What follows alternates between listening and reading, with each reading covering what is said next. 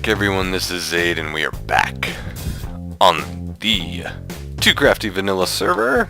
And today, we are going to be building an automatic carrot/melon farm because we need backups to unlock our farmer villagers for their trades. So if we hop down here, I do want to show just a couple quick peeks before we run out to where the farm is partially built. I do now have Fortune 3 for sale. I have Silk Touch. Those are new since the last episode. Fixed the mending spelling. Thanks for pointing that out. Looting, Infinity, Aqua Affinity. I've got diamond chest plates over there. Diamond swords, axes, pickaxes. And we've made some sales already. I can't stack them all because Random Obsessor decided to name all her diamonds. But we've made 12 diamonds so far. So no complaints there. You may see some new names on the server. We have implemented a new thing that people who have been on the server for a while are allowed to invite one non-content creating friend to the server. So a lot of us brought spouses and things like that. My wife was on here getting all diamond out the other night. Nobody's on right now though. It's kind of late at night. I just want a quick peek. So we've still got everything going on here the same. It's almost full, and I'm still missing a few enchants. And there's some that I could get better deals on and things like that. So I decided to add another layer to the trading hall. And all I did is just kind of mostly replicated the design in the space that I had. And we just have, there's nobody down here yet. There's a couple slots left up here right now, but it'll just go, let me hop up here. So what happens as the villagers come around, if it's full and there's nowhere for them to stop anywhere along the way, they reach the end, and then instead of this dead end that we used to have like right here, it will take them down and around and into the next layer and go all the way around and fill in this as well. So that's pretty cool. Alright, let's hop out of the maintenance shafts there and run outside to what's going on. Farmer villagers are our main source of emeralds because we've got the automatic carrot and potato farms going on down there. They're filling up beautifully in those chests. I've been trading, got crazy amounts of emeralds so far. Oh yeah, I gotta show this too. So I wanted this bridge to feel more like it had a purpose. So I just kind of messed around the other night. I was exploring for some stuff, got just a little bit of coral, and I dug this out. It used to just be like right there. I dug it out all the way around, and I terraformed this hill a bit on either side. Filled it up, just made a bigger pond for the bridge to go over. Just, yeah.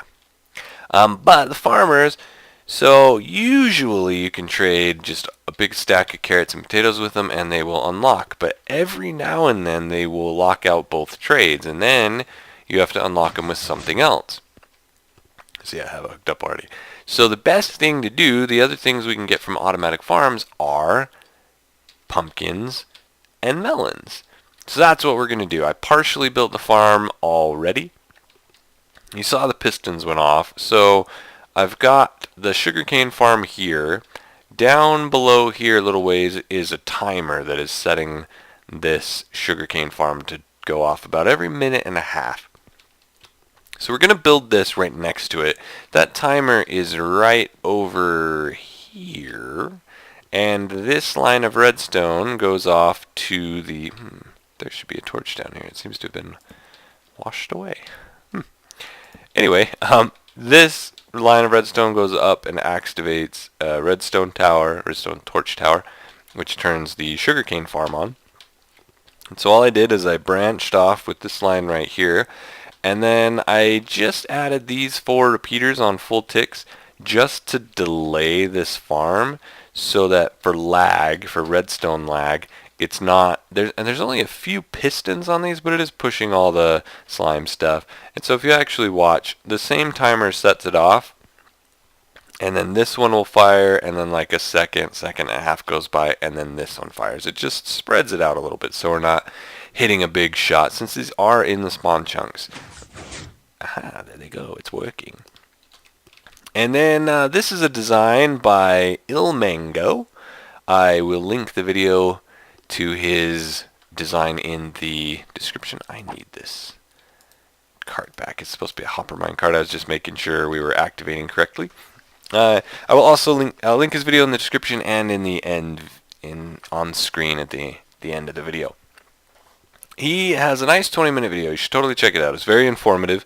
He goes through 5 or 6 different designs at least of automatic carrot and melon, pumpkin and melon farms, and why this design is so much more efficient than the others. So it's very, very informative, and you should definitely check it out. But he spends most of the video explaining the differences between the farms and less of the video explaining how to build the farm. He actually just really vaguely, just kind of real quick goes over this.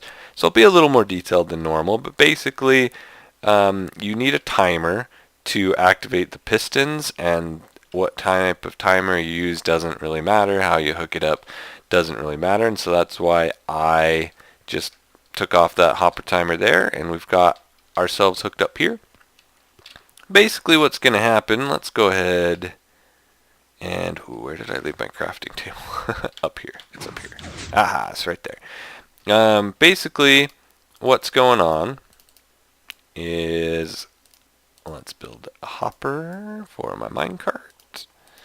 And just flip that. We need that to be a hopper minecart. So right here, we need, you know what? Let's go grab. We need pumpkin seeds, melon seeds, and a hoe.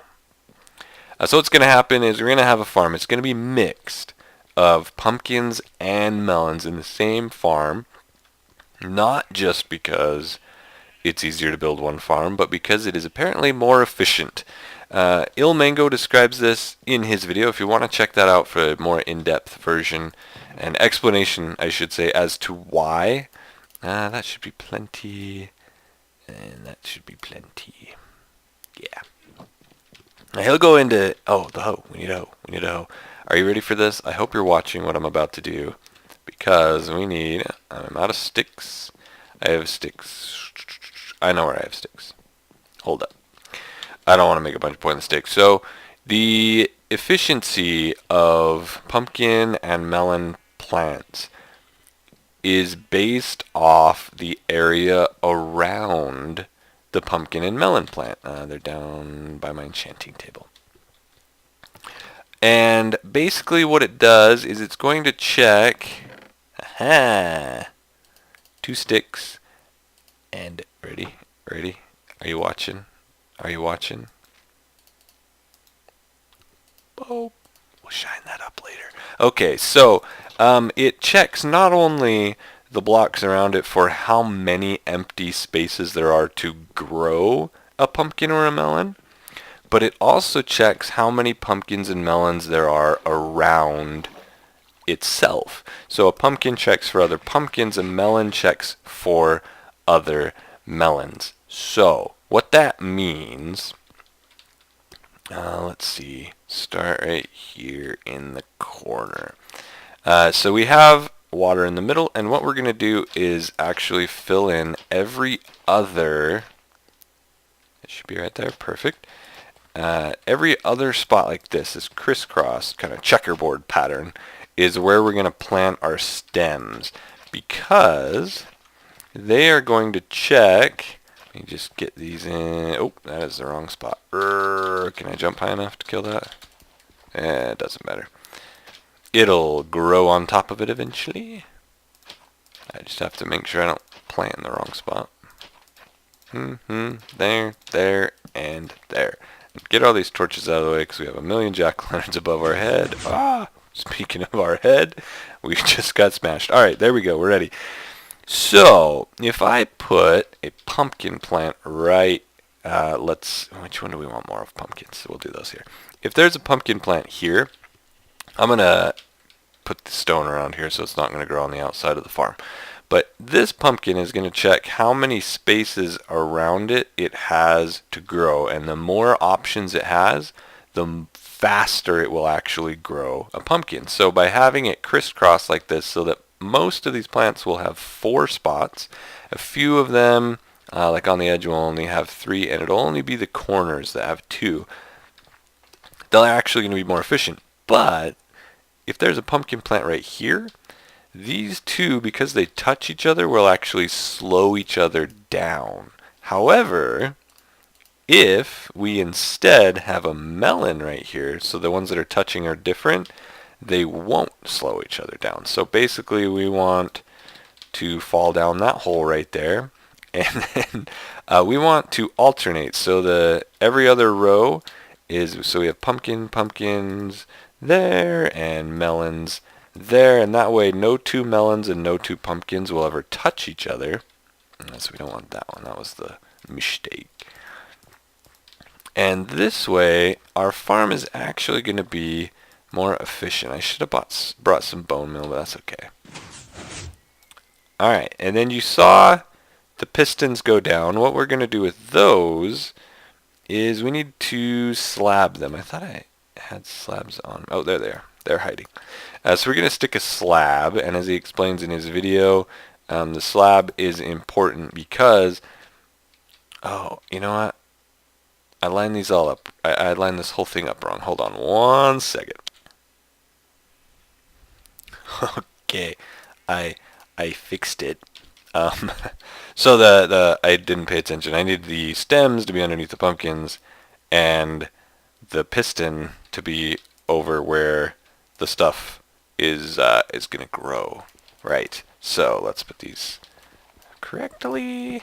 Break that. So melon. Alright, so that way what's going to happen is we're going to put slabs on all the pistons now, and the reason for slabs is if you use a full block, it can create some bouncing when the item goes down. And there's some other people online now. So a full block would come down and it would fill the whole block, and the pumpkin or the melon could then get stuck in and get sucked up and get stuck in there and get pushed into the wall and various funny things. Whereas with the half slab, it's just going to break it and then lift, but the item will stay nicely on the ground. What is he asking? So Random Obsessor, her current boyfriend is D-Face. That's her old account. He was too cool to have Minecraft. Let's see. How much redstone would you want for a book of mending? I was told those are pretty dope. They are, I would take the amount of redstone that is 1 blue diamond. Oh, wait, that's not redstone. Anyway, so yeah, so we use half slabs because it doesn't break stuff that way. So we'll just fill in these, and then I'll show you the redstone in a second. It's not very difficult at all. Try not to get stuck in the water hole. I like redstone farms that are not complicated whatsoever. That didn't sound like English. It is Zadelish D. Alright, let's see. And there. I will note, for those of you paying attention still, my wife is about to have our second child. She's due any day now. Whoa. And so I could potentially disappear for a week or two just because I don't know how loud the crying daughter is going to be. But if I disappear for a few extra days, that is why. I'm not going anywhere. Alright, so that's done. Here's the redstone. So down below, what's going to happen is thus. The redstone signal is going to come up here and hit into this block right there. And from there, it's going to shoot into this block, which is going to power that block, aka this redstone track. Alright, the powered rail, which has a hopper minecart on it. So when it goes off, this is going to fly around and zigzag and go underneath that entire farm and suck up all of the carrots, I keep saying carrots. All the pumpkins and melons that are growing up there. Yes. And then bring them back, and it'll sit right here until the redstone signal comes up again, and it will unload into this hopper, which we will dig underneath. Right now it's not hooked up to anything, of course, but we'll come around, we'll dig down right here, and I want to actually bring this down to my farm. I don't want to use that many hoppers though, so what I'll probably do is drop it a couple blocks and then have it spit out into a water stream, which will go down into some chests in the villager trading hall, but we'll get that set up later. There it goes. So the farm shoots off, it runs around the whole farm, just zigzags, drops underneath the trapdoor that's holding up the water, and then comes to a stop right here and unloads itself until the farm shoots off again. And then the rest of the redstone goes off this way. I put a 4-tick delay into here just to make sure you didn't shoot past these first few blocks too quickly and lose the items, although they should hang out, and that's not necessary. I just put it in anyway. And then the rest of the signal just comes around to this redstone torch, which, if we pop around here, is just chilling underneath this redstone torch, and then into that one, and then into that one, which powers that repeater. And this repeater is here to have a tick delay on the torch, making sure the pistons don't go too crazy. And then there's just this crisscrossed bit that goes over the top of every piston, so that when one signal comes in, it just shoots and powers the whole shebang. So, let's see. I think that's pretty much it, actually. All I have to do now is take a non-dirt block and go around this farm, which I'm gonna do off camera. I'm gonna go ahead and get some bone meal. Take a few minutes. We'll get some of these stems growing up and try to see this thing in action, and then put a little border around so they only grow inside the farm. So hold up just 1 minute. All right, if we're gonna do this, we got to do it right. And